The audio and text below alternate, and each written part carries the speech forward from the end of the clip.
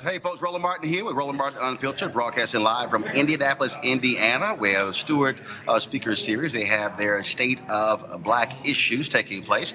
I'll be, I don't know if I'm moderating this panel, I'm sitting on it. I'm one of the two, but of course, joining us on the panel will be Reverend Al Sharpton, Susan Taylor, and also Michael Eric Dyson.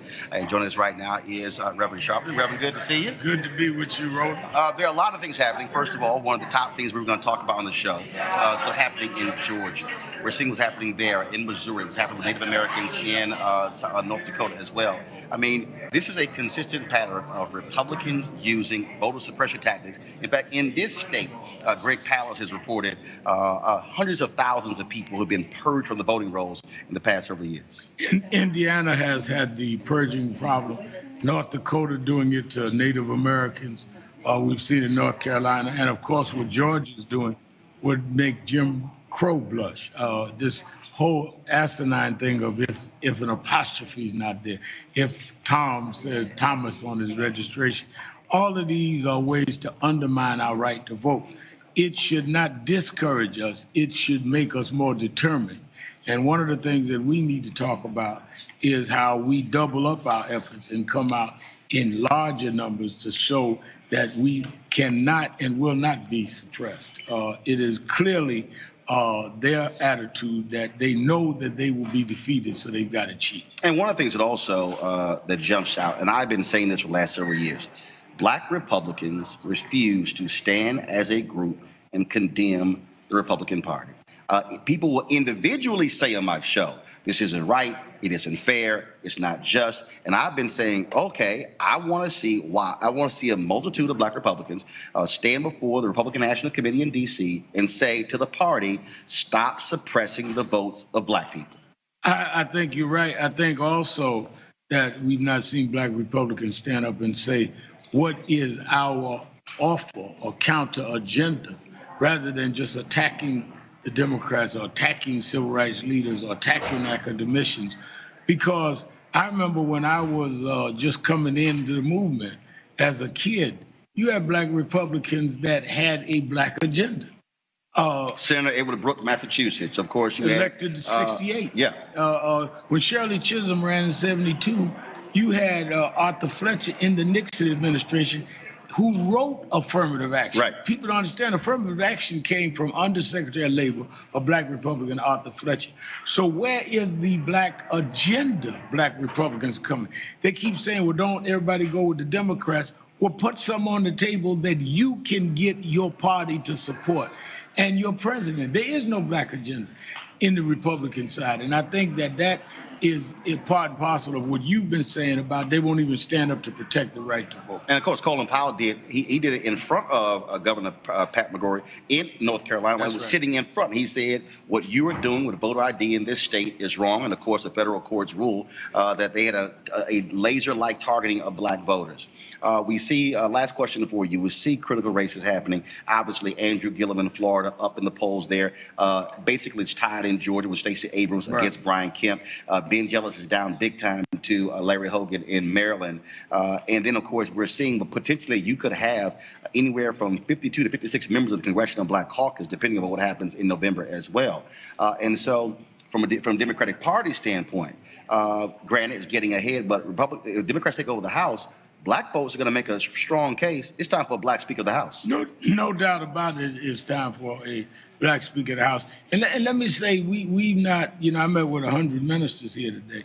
One of the things I was saying is we've got to remember our history, and it's not even that distant history. We are acting like we can't elect 3 Black governors, and as you accurately said, 56 to 60 Black members of Congress, and have a Black Speaker.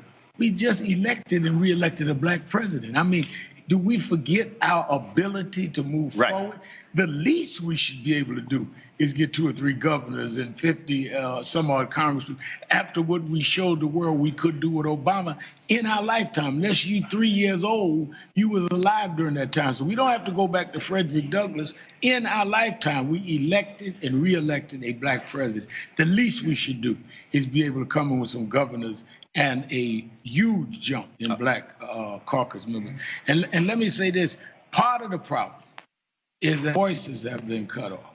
for someone like you, Roland Martin, as the voice of Black America, not to have major outlets. They have not won the fight. They've cut off the ring. Right. And we need to also address how they've cut off our ability to communicate. In our meeting here today with the ministers, King Rowe was here. Used to be a radio announcer. There used to be over 300 Black-owned radio stations. Yep. Now we're down to under 60. There used to be 10 disc jockeys could make or break a record. Black. Frankie Crocker, Rodney Jones, where you knew Chicago and all. Now it's all controlled and prescribed. So they feel they can take a Kanye and do what they want because we can't undercut them and take them off the air because we don't even control our stations anymore. We've got to get the microphone back so we can mobilize our people. Well, I had a sister who of course, sent me a tweet yesterday. She said, but she says, but are you being blackballed? What's going on? I said, look, I'm not waiting for somebody else to do to create it. I said, we created this platform here. We did 8 million plus views last month. I'm going to keep building it.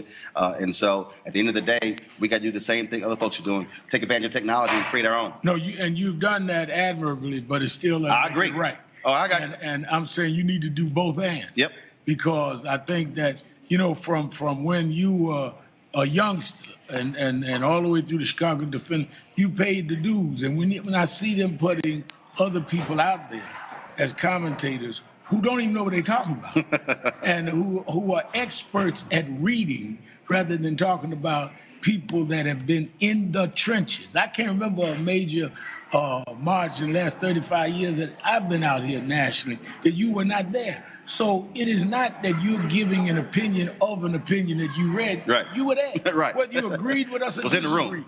And we could have disagreements, but you were in the room and say, no, that ain't true about so and so, or that is true.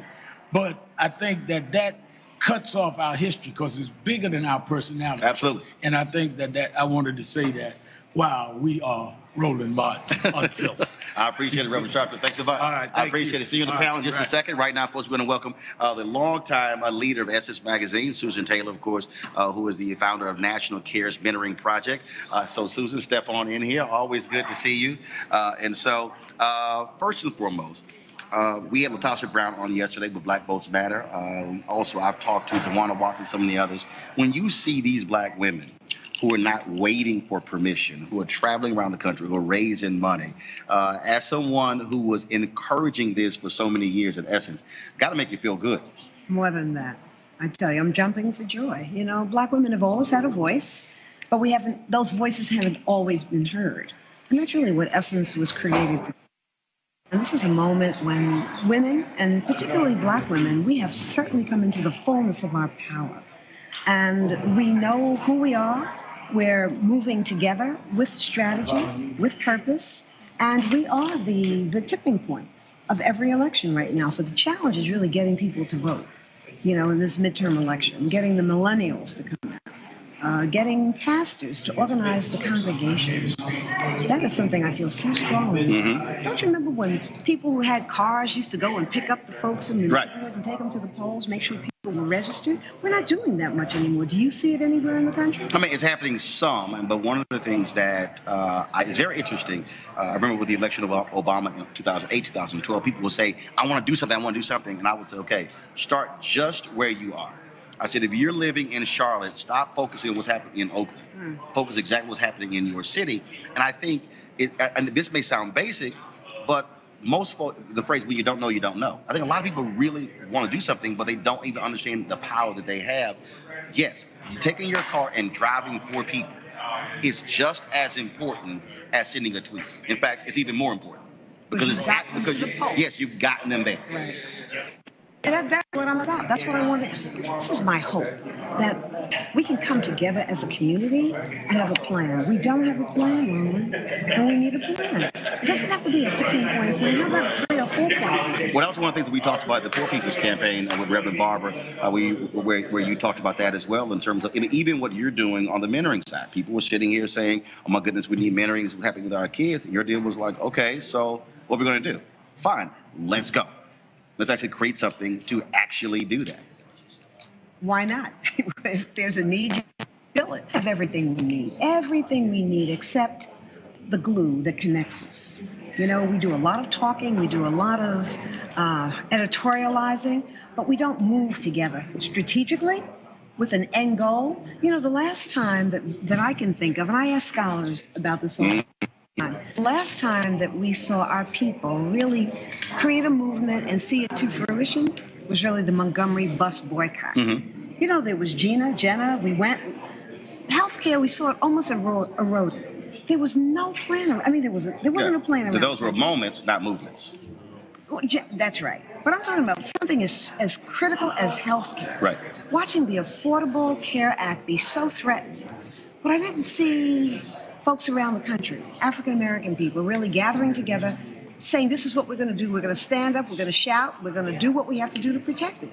We do a lot of talking to one another in small groups, but not en masse. And that's really what is needed right now. Well, that's one of the reasons why I also fundamentally believe we have to have a strong black media that is not solely focused on entertainment and gossip and sports, but that's actually feeding the minds of our people. Because, and again, and first of all, there's a place for it. There's a place for sports. There's a place for entertainment. But when I look at either our black cable networks, the overabundance of comedies and things along those lines, if you're not feeding our folks information, and they don't know what to do, they don't know where to go, they don't know how to get involved. Self-awareness to me is the critical piece. We hunger to laugh. People come for the party and not. Okay, we can laugh. We can have the comedies. We can have what do we have left in terms of black news shows? If we didn't have you, we'd have nothing. So what are we going to do about it? What's the solution? Tell me. Well, I'll tell you, that's one of the reasons why, again, when I was a woman said this tweet yesterday, and she was, but it's a shame this happened. I said, look, and this is absolutely true. When I sat in the office, and Alfred Liggins, the CEO of TV One, told me they were canceling News One now. As he was talking, I was planning. I didn't get ticked. I didn't get mad. I didn't get angry. You knew it was coming? Yeah, I knew it was coming because the moment you started, I'm always anticipating it's going to end. So all this digital stuff that we've been doing, I was actually doing while I was there. And what I'm trying to get our folks to understand is that, which is one of the reasons why we created our Bring the Funk fan club, I also make the point we have to fund our freedom, something you also understand as well. And I'm like, look, if we say we need this, how do we also make it happen? So I said, look, our target goal is to get 20,000 mile followers to give a minimum of $50, course of a year, $4 a month, 14 cents a day to fund our freedom. And so by launching this, and people said, yeah, but what about this network? I said, I can't wait on them to say, we're going to give you a show. We have to create it. So just what Robert Abbott did, just what Frederick Douglass did with the North Star, what Ida B. Wells Barnett did, what all of our pioneers did. They said, we're not going to just wait. And I think that's where we have to be. Have you launched? Yeah. Oh, yeah. Yeah, we launched in September, and so it's been going well so far. Roland Martin Unfiltered, and it's going well. And so, again, it is about informing our folks and telling our story. And so that's it. And there's not waiting. I think a lot of us, we're waiting for somebody to create the plan versus us saying we're going to create it. So the reason I communicate with Dr. Barber, I'm like, every time you're doing something, you're going to be on. So you're doing this, we're going to tell our people. So someone can't say, well, I wish we knew. No. Here's a platform. We're on Facebook, we're on YouTube, we're on Periscope. We stream 10, 12 times a day. So you can't, so if somebody says, I don't know, I'm like, no. If you don't know, you're either not following or you're purposely not paying attention. Right. So we're going to make it happen. Okay, well, we can look forward to great conversation. Okay, I got you. Hold up, I got the card right here. You know? So we got it. We can look forward to great conversation tonight here in Indianapolis. And so we'll chat in a second. Okay. All right then. Always good seeing you.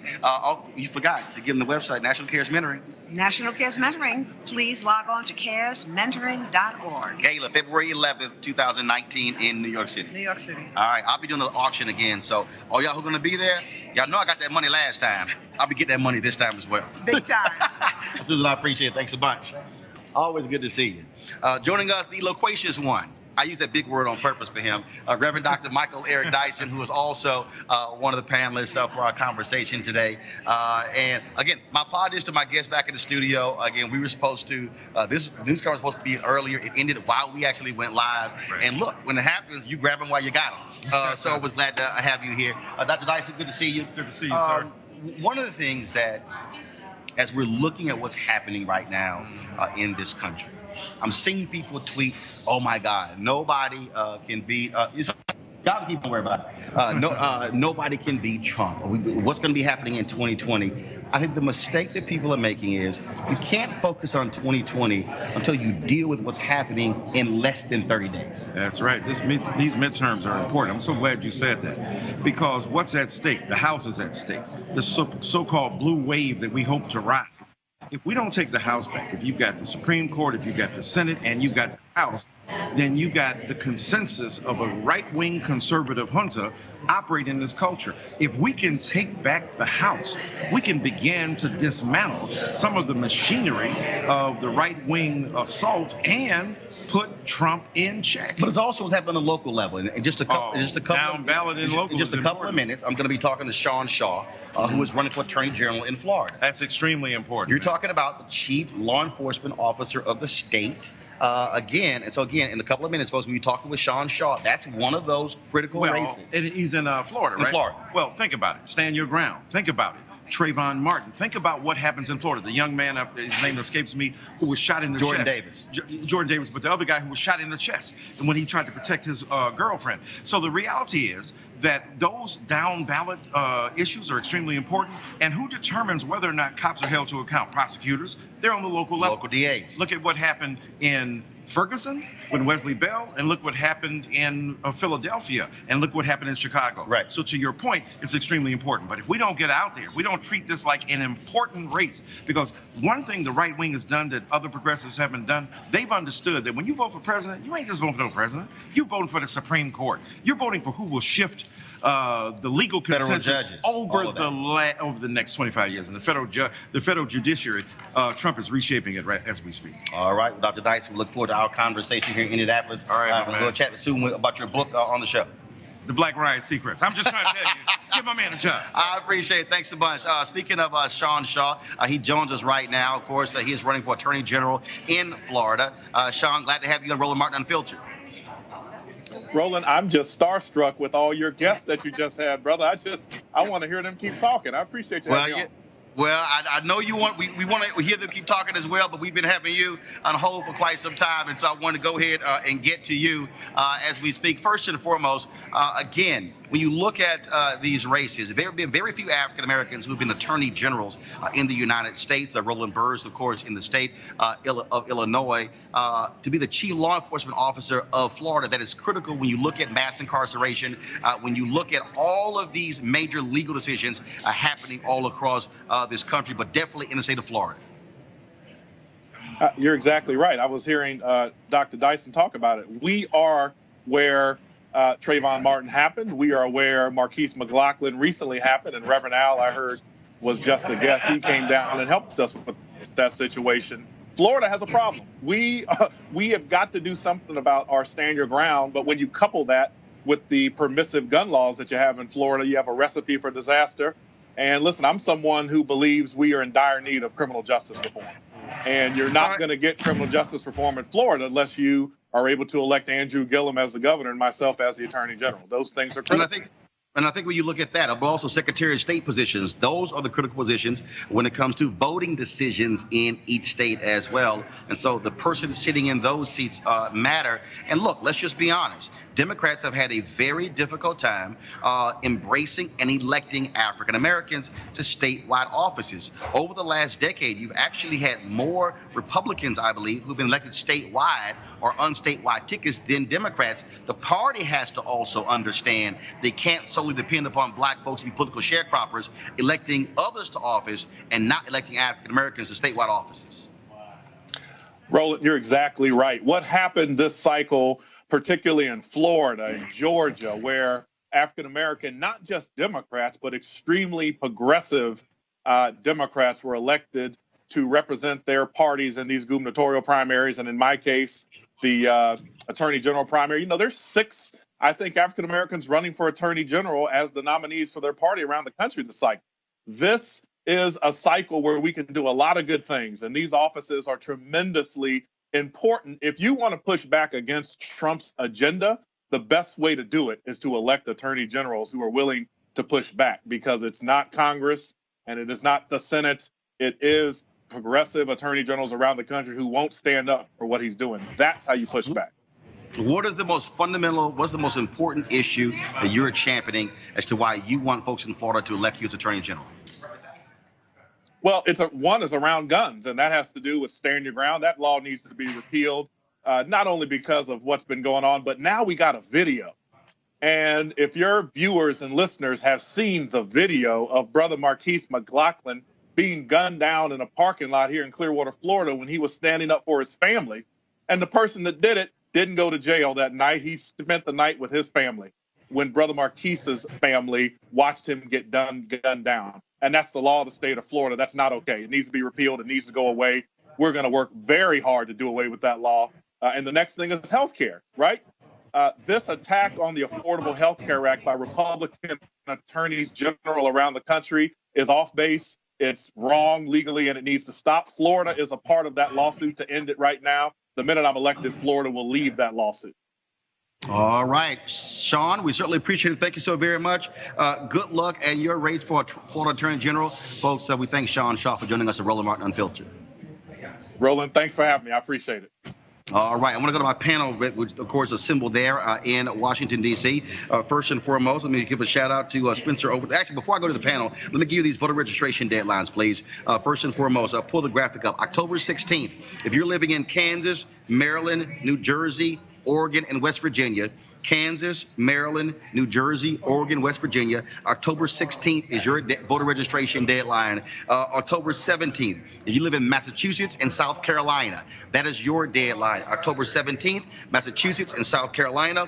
October 18th, Nevada is your deadline to register. There's also an African-American who's running for Attorney General there, Aaron Ford, in the state of Nevada. You also, of course, have Stephen Horsford, former member of Congress, who is trying to return to Congress from Nevada in a very tight race. So all the folks in Nevada, October 18th. October 22nd, if you live in Alabama and California, crucial elections there where Democrats want to try to win as many of those California House seats that could potentially lead them to take over the House. That deadline is October 22nd, Alabama and California. Also, South Dakota is October 22nd. And in Nebraska, October 26th, that is your voter registration deadline. As we said, folks, lots of different things have been happening all across this country when it comes to voting. So much of the attention is focused on that. And what our goal, of course, is to make sure that you are registered and you are ready as well. Spencer Overton joins us. He's the president of the Joint Center for Political and Economic Studies. Jamal Simmons is the host of Hill.TV Live. And also Rena Shabarar is also joins us as well, political strategist. And say it again, I can't hear.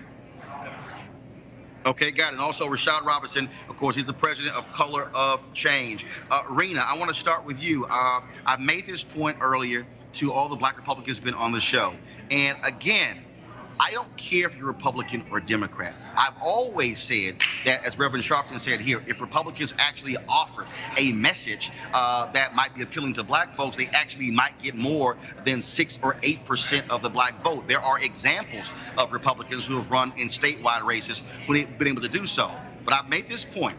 As long as Republicans continue to suppress the vote and to play these games of keeping black folks and throwing up barriers, they are never going to get black folks to support them. So, Roland, I talk a lot with women about ideology, and I think this will answer the question where we're at right now. Modern era, let's talk about ideology and what I'm observing with black Republicans. I get a lot of mails from African American Coalition's team. I get a lot of emails, I meant to say, not a lot of mails. But no, there's that too.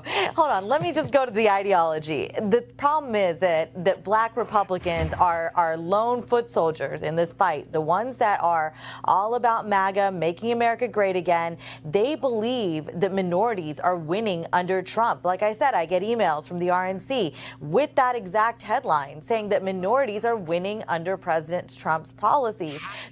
I've been trying to find exactly where the winning has been taking place. All Trump can talk about is black unemployment. But if you look at the housing rate, if you look at what is happening in terms of investment, I mean, I can go down the line to show That's a flat out lie. Well, they want to talk prison reform. They want to talk unemployment, like you said, but they also want to talk about Obama's failures. As you know, Trump loves to compare numbers. And so they're conflating sort of some things that shouldn't go together, okay? But like I said, what I'm seeing in this era is that black Republicans are not subscribing to this narrative that black folks are being pushed down. They're sort of in it for themselves. They really think that, well, we've always thought, right? A hand up is better than a hand out. And so when they see this moment, they are going back to that individualistic mentality that most Republicans hold. They don't think of themselves as a collective, and they just go forward in that direction of that I alone can be a part of this movement and affect change because the president alone can fix it. So it's just a mixed bag, Roland. You're not going to win black Republicans in this moment by getting them to think that we rise as people when we come together. They don't subscribe to that. It's an ideological difference. Yeah, there's a certain hypocrisy here in terms of these libertarians who are suspicious of government, and yet they would erect barriers to people casting the most fundamental liberty they have in terms of the right to vote. Right now in Georgia, we have the fox guarding the hen house in terms of Brian Kemp acting as Secretary of State, really holding hostage, 50,000 voter registration applications and ballots here. Right now, folks in Georgia have to vote early, vote early, vote early. It's so much easier to, frankly, make it and survive and not be picked off if you're voting earlier as opposed to waiting for Election Day. Rashad. Yeah, I mean, the fact of the matter is that Republicans have never really tried to win the black vote. Most of the time when they've tried to appeal to black voters over the last several decades, it's been to sort of placate white moderates, to help white moderates feel like the Republicans are not being racist. I would love there to be deeper alternatives for black people. I would love there to be accountability so we can push all parties to be accountable to black people. But like you said, Roland, when Republican Party is playing not just candidate but referee in a lot of these elections, are putting their hands on the scale to make things deeply unfair, and you see Republicans, black Republicans, unwilling to push their own party, unwilling to stand up to their own party on these issues. As a person who runs a civil rights organization, you can Google the number of times we have pushed back on the Democrats on a whole host of things, even on some black members of Congress and the CBC, on a whole host of things, time and time again. But when I see Republicans, black Republicans who join the party and then are unwilling to speak up for black people, they say a tremendous amount about who they actually care about, what they actually stand for, and it speaks volumes in terms of the polling numbers and the actual results in terms of black people standing with Republicans. Jamal?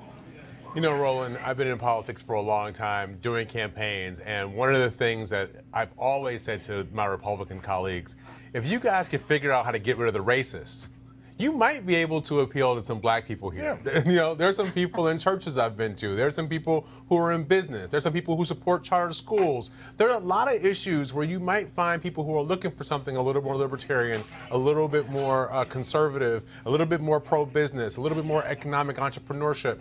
But then the problem is, once you get started, then you find out that you're in bed with a whole bunch of people who don't want to see you actually succeed in the country or be a part of it. What we are is we are at a fork in the road in the United States. And what we are really having a conversation about is, are we going to have a multi-ethnic, inclusive democracy with norms and functions that allow everybody to participate? Or are we going to have a country where straight, rich, white men get the first cut of the fruit and everybody else gets what's left over? I think that's the fundamental question, and that is what we are going to be debating in 2018 and into 2020. I want to pick up on that point, Jamal. Of course, right now we're dealing with Senator Mitch McConnell. We now have the numbers showing that the deficit has increased in a significant way.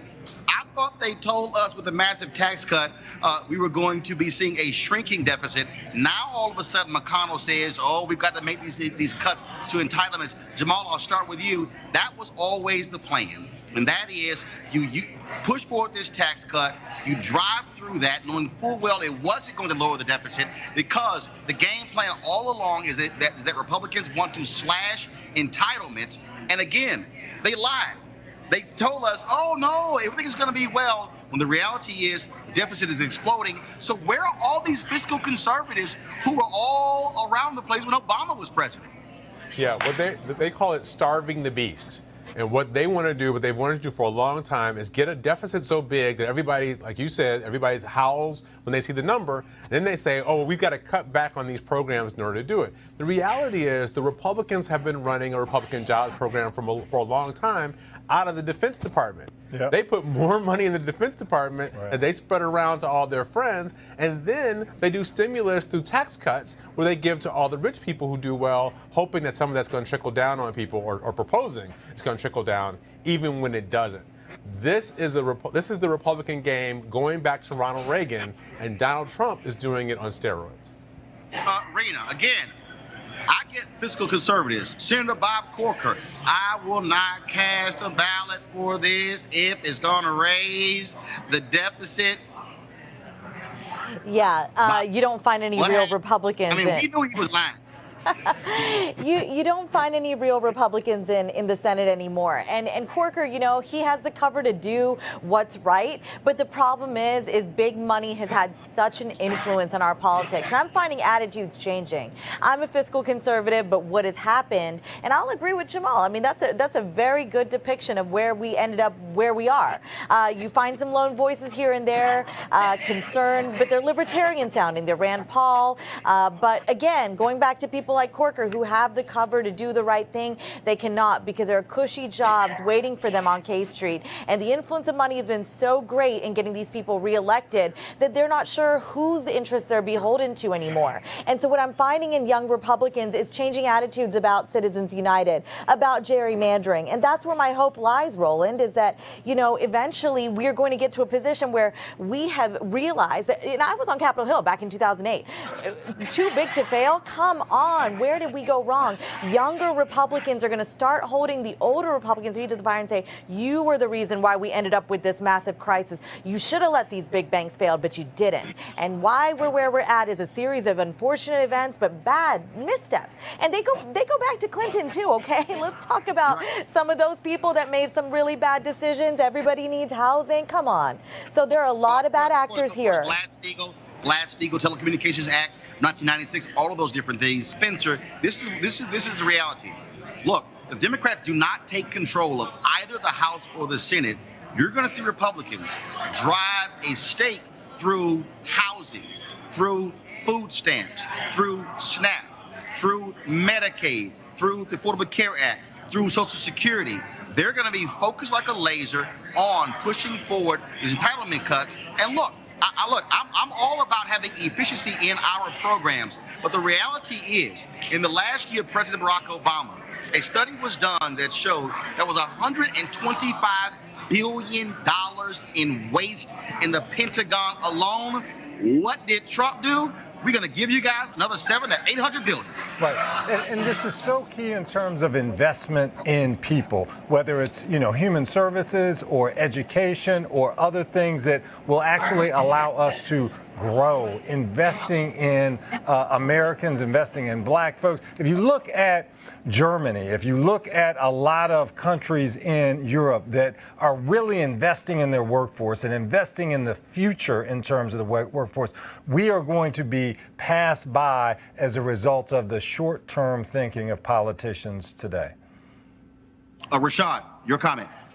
I mean, at the end of the day, we continue to see, you know, wars, tax cuts, and then trying to balance the budget on the most vulnerable people, and thinking that, and a narrative that if the most vulnerable people pay more, then somehow we will get back to a sort of balanced budget, when in fact these tax cuts, these unfunded mandates like wars and other things have created a system where we just can't sort of afford the things that we're spending money on. And Republicans who have positioned themselves as fiscal conservatives, have positioned themselves as folks that are going to guard the pocketbooks, have actually gone on huge spending sprees that they've not been able to fund. But the fact of the matter is that this big tax cut that just happened will bankrupt a whole set of cities over the next couple of years. We're going to see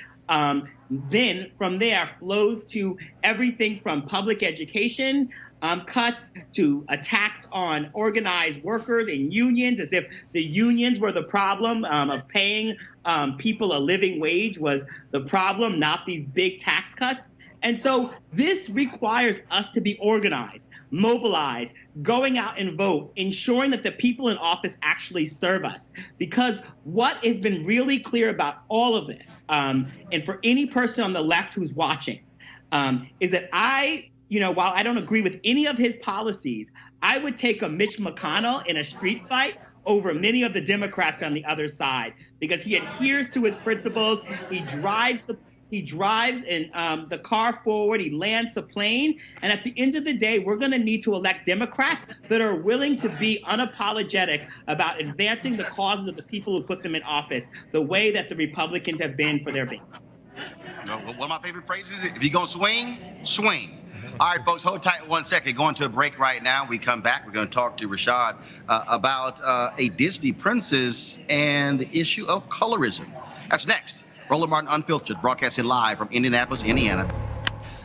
All right, folks, first and foremost, we want to thank all of our sponsors for the show, and I want to talk about right now with freeprints.com. You can get 1,000 4x6 photos for a very nominal fee by going to freeprints.com. You can actually print your photos directly from Instagram, Facebook, as well as other sources. And look, you pay a small shipping charge, but you have no subscriptions or commitments whatsoever. You can download freeprints.com app on Google Play or iTunes App Store to actually get it. And do me a favor. When they say, where did you, of course, find this out? Use the code Roland. Use the code Roland. They're the #1 rated photo printing app in the world with more than 100,000 5-star reviews. And so we certainly want to thank them for being one of our sponsors here with Roland Martin Unfiltered. So go to freeprints.com and again, use the code Roland. All right, folks, images absolutely matter in our world. What you see and what you hear, it really is the greatest export of America, what we send out all across the world. And folks are excited about this new Disney character. Of course, Princess Tiana. Of course, remember, this was in 2009. Well, she returns into a new Disney movie, Wreck-It Ralph 2. But yet there are some fans who are saying there's a problem here.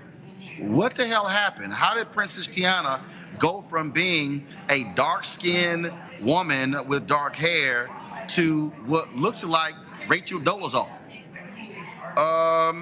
What's going on? Well, Color Change, they also saw this, and Rashad's folks have mobilized themselves to say, Disney, back up a bit. We got a problem. Rashad, anybody who sees this goes, these are two totally different characters. Why is this a big deal? Why does this matter, Rashad? Well, it matters for how kids see themselves. The images are so powerful, as you just said. But for young girls, young Black girls, young people of all races, to see Princess Tiana suddenly sort of change into a more sort of stereotypical Hollywood image that you see from the original image, which was so powerful and was so heralded. We reached out to Disney initially and really started beginning conversations. We walked through a lot of the research that we've seen on representations and images and how that impacts young people. And then we had a number of back and forth and then some face-to-face time with Disney. And I will give Disney credit because a mistake was made, but then they had to go through, when they made the decision to change Princess Tiana back to her original image, it was thousands upon thousands upon thousands of animator hours to go shot by shot, screen by screen in animation. A lot of money, they wouldn't actually say how much money, to actually fix it. And what this says to us, more broadly, is part of our larger work in Hollywood, is A, have the right people in the room in the first place. Right. Make sure that we are elevating and putting the right people in the room in the first place. 2, recognizing the power that images have. And we're happy that Disney did this, but part of the work we've been doing, whether it's the work we did with USC on looking at diversity in writers' rooms and the impact it has, or looking at right now we're doing a big report on crime procedures with USC and how the role of crime procedures in shaping how people see crime and how people see Black folks. Those are like the Law and Order type shows. All of this is incredibly important. And as you've made the point a number of times on your show, these are also jobs.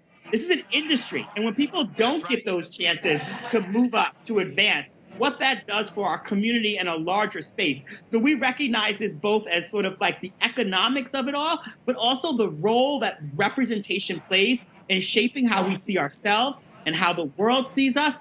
There's written rules of policy, which we were just talking about, and there's the unwritten rules of culture. And all of those things matter, and that's why this work that we're doing, we have 3 staffers in Hollywood that concentrate on writers' rooms, on engaging with Disney and engaging with the other studios on a nonstop basis, working with influencers to give them talking points and messaging around voting and other issues. All of that is important for us reaching a new audience. I'm happy that Disney made this change. I'm happy that folks like my niece and other young girls who will go see this movie will see Princess Tiana represented, but I'm also happy about the conversation we're starting about the avenues that need to be opened up for more Black animators, for more Black executives, for more people in the room that will make sure that all this money isn't spent on the back end when people can be in the right positions on the front end. Rena, you're a woman of color. I ain't seen Snow White change from one movie to the next. So, look, this whole thing for me is hard because growing up, I sort of, in real life, looked at Connie Chung, a woman that doesn't look anything like me, as an idol. And then when I looked at Disney characters, looked at Barbies, that was tough too. And now as a woman in her 30s, I understand that representation matters.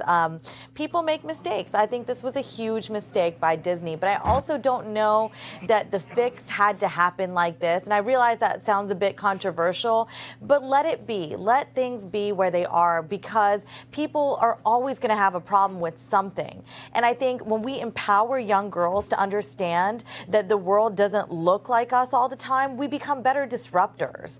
And so I will agree with Rashad and say that essentially the best thing would have been to have the people making the decisions be people of color, people who actually reflect what the U.S. population looks like. But you can't get there if we aren't in professions that allow us to take risks, right? Like, what young person of color, what Black person, what Asian person is going to end up in roles in Hollywood when traditionally we haven't been there? It's a slow walk there, and we can't just fix things and act like everything's okay with one switch of a complexion shade. You know, it's going to take time, and we have to understand that harsh reality. That's where I'm at on this. It's mixed up. They took a brown-skinned, dark-skinned woman and made her light-skinned. And they did that.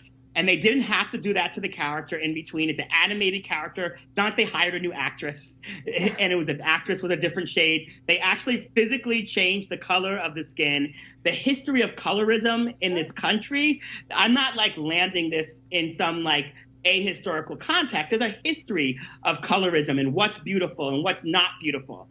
And sending that message is a problem. And actually, we don't get more Black people. We don't get more people of color in these positions unless we push. The history of civil rights has not been that corporations have suddenly opened their door and said, hey, come on in. It has been a struggle and a push and a fight. And that is part of what has to be opened up. And the folks inside who wanted to raise their voice will feel more powerful if there's organizations on the outside that can sometimes say things that they can't say, that can sometimes push in ways where you're on the job and you actually maybe can't be the voice every single time. And so part of what we recognize and what many folks of color have asked us in Hollywood to be able to do through multiple salons, multiple inside conversations. We're not landing here because people didn't ask us to show up. We landed here because people want us to show up. Many of them are our donors and give us money. And so we are providing a service to help clear the space in many ways, to help have conversations that couldn't otherwise have. And I just don't think that we get there by sitting around and waiting around and hoping that major corporations somehow wake up and start portraying us fairly. I do think that we get there by being able to have inside conversations, being able to have outside conversations. And as I said, be able to say that Disney did the right thing here. And they should be given credit for doing the right thing after they heard from the community, being able to hold them up that this is the right thing. I don't need to take a victory lap on them. But what I do need to say is that other companies need to take heed, that These are problems that oftentimes happen when you don't have the type of representation in the room that needs to be there. No, I agree with the market pressure. It's got to be there. About 30 seconds. I got to go to my next topic. Go ahead, Rena.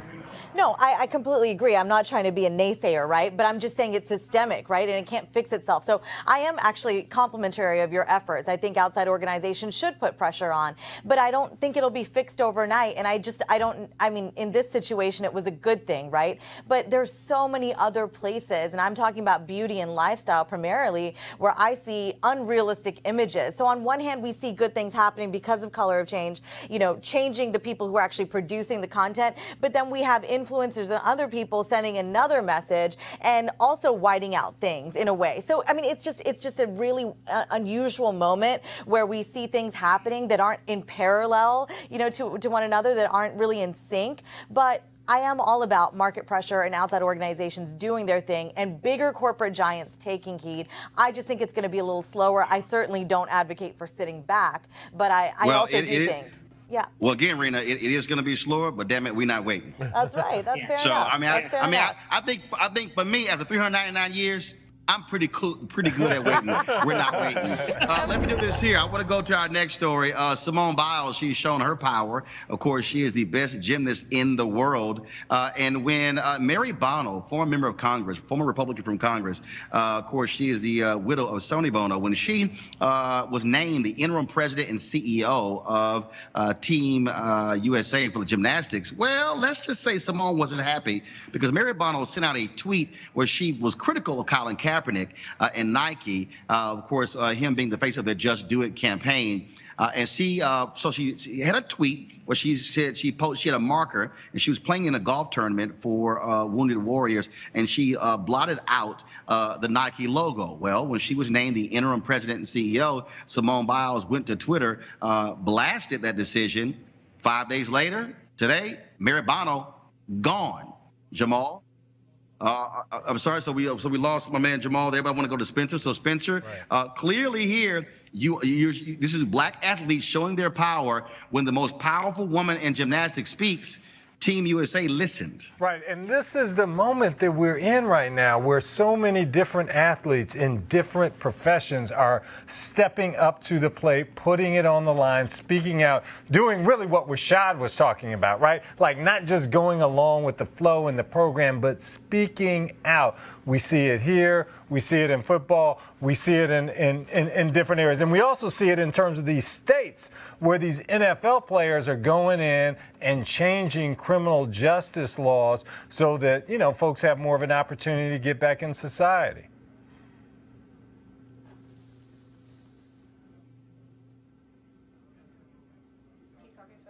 Sure. So I think that where we are right now is a space where we see athletes stepping up to the plate, and we now also need insiders. So we talk about electeds, folks who are in the Congressional Black Caucus, other places stepping up to the plate. It is possible. One of the pluses of a change in terms of Congress in November is you could see chairs of the Congressional Black Caucus, chairs as in terms of committee heads, CBC members as committee heads of education and workforce, of Homeland Security, et cetera. And there's this opportunity to step up and make some real change both inside and outside. Yeah, I couldn't agree more. One of the buzzwords that's oftentimes thrown around is narrative change. Right. But how we get to narrative change is really the rules and norms of society. And folks like, Simone Biles, Colin Kaepernick, many of these athletes that have huge platforms get to, in some ways, their speaking out starts to change the rules and norms. When Mary Bono blacked out her Nike, her Nike emblem on her golf shoes, and she thought she was making like a cute statement. She thought she was, inside the right narrative, right? Right. Many people a year ago did not know how much the country would change because of what Colin Kaepernick, Eric Reed, and Malcolm Jenkins and so many of the athletes in the NFL did. And then along with NBA players and so many others standing up and speaking out. And so, how quickly society and the politics around this has changed should be a reminder to anyone in power that when you put your hand on the scale of injustice and justice, on the side of injustice, when you put your hand on that scale, you could quickly find yourself on the wrong end of it. And to now have the biggest star in your sport, you are now in charge of the sport, the U.S. Area of the sport, to have the biggest athlete and one of the best to ever perform that sport in the history, tweeting about you because of something you did that you did not have to, you could have just kept your mouth shut. I hope that just sends a message to many powerful people about how society changes and whose side we should actually be on in these situations. All right, 1 second. We had a major power outage, but so I am back. But I want to go to this story here. I talked about crazy white women on yesterday. You know, the ones who were acting a fool as. Say it again. So we had the story yesterday, folks, about these crazy white women who keep calling the cops on black people. You remember the Puerto Rican guy who went after the brother who was a Lyft driver? Y'all may have missed that video. Press play. His night of living hell. You picked the right one, because I work very good, buddy. You picked the right one. Yo, boo, tell me why I'm in a Lyft and the nigga fucking pulled over. He pulled over, hold on. The nigga's recording me without my consent because the Lyft, because I asked for music and he's recording me. Look, he's recording me. So you can see. No. He stopped because he assumed because all I asked for was music that he got mad. I am, but we're waiting for the police because this faggot charged me. I'll see you in a few. All right. Let this motherfucker I'm not letting this piece of shit go. Let him go. The police is right there. I'm not letting this motherfucker go. Hello. I'm not letting this piece of shit go. I'm American. Hello. These motherfuckers don't want to stop because, oh my God. Hello. Let this motherfucking nigga go. I'm not letting him go. Let him go. Could I say one thing? I'm not letting him go till the cops get here because I'm in my legal right. Could I say one thing? Well, Spencer, he don't have a job today. When are these people going to learn? You keep acting a fool on video, you are going to be unemployed. Yeah, now he's apologized. I'm so sorry. Nah, boo. Too late. That's right. And this just shows the power of technology in terms of changing race and really capturing race and what is there, you know, from another person of color here acting this way to this brother. That just the power of technology here. And getting back to this notion of athletes, though, I just wanted to go back. Folks saying, I'm not going to be just a performer. I'm not just going to dribble a ball and put on a show for you. I've got something to say. You're going to listen to me. It's a powerful moment. Rena, again, crazy white women losing their mind calling the cops. Now you got this crazy Puerto Rican. Now he don't have a job. And I'm telling you, all these people, I don't quite understand how they somehow think that people are going to accept bad behavior. Well, I think Spencer makes a great point about technology, but really what it's allowed people to do is sort of hide behind things, right? Like we have people hiding behind laptop screens, putting out filth on the internet, and whether it be in the form of trolling somebody on Twitter or in Instagram comments, like there's a lot of hate out there, right? And I hate to tie it back to Trump and what's happened, but when the president's out there putting on these rallies, calling people names, and I mean, just emboldening hate and racism, you know it's going to trickle down. Why are we surprised? Yep. This is crazy to me. To see this guy in the back seat, see a calm guy up front doing his job essentially, using video to protect himself. And where did we start to hate each other so much? And I think it's because we can hide behind devices times. And so therefore we forget that this isn't a person of color. This isn't a person who's providing me a service at whatever cost. These are people too. And that's what we forget. And just the language is what struck me in that video. I cannot believe that guy could feel emboldened to use the word words, and multiple times. And it just ties to me to the moment that we're in of such hate and dysfunction in Washington. Yep. I know it's made its way down because I hear names from the bully pulpit like almost every day. And so we've got to push back. We've got to restore civility in this country, and it starts with our youngest kids, telling them that language like this is not okay, even though the FCC allows some of it. Rashad, well, the guy, of course, Robert Ortiz. Rashad, one second. Rashad, hold on one second. The guy, Robert Ortiz, had a job with CityMD, an urgent care company. He lost that. But also the Lyft driver, of course, he was suspended for a couple of days, opened a GoFundMe account to try to raise $20,000. He got some $45,000 in donations as a result. Rashad, your comment. Yeah, I mean, this also, there's something here as a New Yorker about New York culture that a gay man is using the F word at the driver, that the use of the N word that's sometimes thrown around between Black folks and Puerto Rican and Dominican folks in New York. And the underneath it all, this like sense of entitlement and kind of hatred of how we treat one another, how we deal with disagreements, how we talk to one another. Like, I think that, like, there's a lot to unpack here that's different, that's both challenging. Folks should that guy should have lost his job. I'm glad the driver got some money. And it's also different in terms of, like, how we see white women, particularly weaponizing the police and calling the police. And all of these things are things that we're going to have to examine as we have to live next to each other and around each other and share space. And I do think that this is part of the project and the work of living in a multiracial democracy where there's accountability for things that you do wrong. There's ways and a pathway for us to get better together.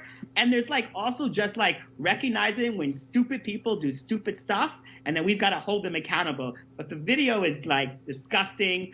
But the work of undoing all of that is going to be much deeper than firing a person, giving a GoFundMe for another person. It's going to be a lot of work that requires all of us. All right, then, of course. And Ortiz, y'all, he's apologized, said he was drunk, but he's saying the driver was a bigot, not him. Nah, boo. We got you on tape, boo. You the bigot, and now you don't have a job. Maybe you can call Donald. Also, Roland, an openly gay Puerto Rican Trump supporter, like, wow. I mean, like hey. What? It's a lot. Well, maybe Trump can get him a job because he needs one right now. All right, folks, we do, of course, we have lost one of our hidden figures, Ray Montague, the trailblazing Black woman from Arkansas, who revolutionized the way U.S. Navy ships are designed, has died. She was 83 years old. Montague created the first computer-generated rough drafts of U.S. naval ships specifications. Her development allowed the Navy to decrease the time it took to create a ship's draft design from years to hours. Montague was also inducted into the Arkansas Women's Hall of Fame and awarded the Meritorious Civilian Service Award by the Navy. And again, in 2016, she became widely recognized after the release of the movie Hidden Figures. Again, certainly prayers go out to the family of Ray Montague as well. All right, folks, I've got to go. I'm here in Indianapolis for the Stewart Speakers lecture series with Reverend Al Sharpton, Susan Taylor, as well as Reverend Dr. Michael Eric Dyson. We're talking about what the state of Black America. And so I got to pop on over there and moderate this conversation. Do not forget, tomorrow I will be live in Memphis from the National Civil Rights Museum Freedom Awards taking place there as well. I'll be on the red carpet, so I'll be coming to you live there tomorrow as well. And then don't forget the great debate between me and Jason Whitlock of Fox Sports 1 taking place on Thursday live from Los Angeles. And so we've got a very busy week. Don't forget to share this video with all of your followers on Facebook, YouTube, and Periscope as well. So we look forward to you doing that. And be sure to support Roland Martin Unfiltered by going to RolandMartinUnfiltered.com to join our Bring the Funk fan club. Lots of thanks to Rena, Rashad, Spencer, as well as Jamal Simmons. And thank you to all of our guests. And don't forget, Sean Shaw, running for Florida Attorney General. Thank you for joining us as well. All right, folks, y'all have an absolutely great day. Got to go. Holla!